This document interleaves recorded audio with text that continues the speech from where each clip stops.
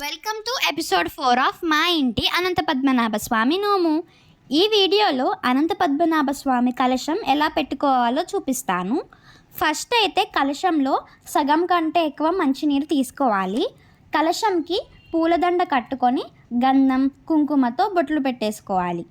కలశం లోపల ఒక పువ్వు, గంధం, పసుపు, కుంకుమ, అక్షింతలు అలాగే తులసి ఆకులు వేసుకోవాలి. తర్వాత 5 తమలపాకులు తీసుకొని కలశం మీద ఇలా పెట్టుకోవాలి. నెక్స్ట్ అయితే ఒక కొబ్బరికాయ తీసుకొని దానికి బొట్లు పెట్టుకోవాలి. వీడియోలో చూపిస్తున్నట్టు గంధం కుంకుమ యూస్ చేసి ఇలా 5 బొట్లు పెట్టుకోవాలి. తర్వాత ఈ కొబ్బరికాయని పూలతో అలంకరించుకోవాలి. ఈ విధంగా కలశం పైన కొబ్బరికాయని పెట్టుకోవాలి. ఇక ఈ కలశం పీట మధ్యలో బియ్యం పోసుకున్నాం కదా, ఆ బియ్యం పైన పెట్టేసుకోవాలి. ఇప్పుడు అనంత పద్మనాభ స్వామి ఫోటో ఉంటుంది. ఆ ఫోటోకి బొట్లు పెట్టి పూలతో అలంకరించుకోవాలి. ఆ ఫోటోని కూడా మన పీట మధ్యలో పెట్టేసుకోవాలి.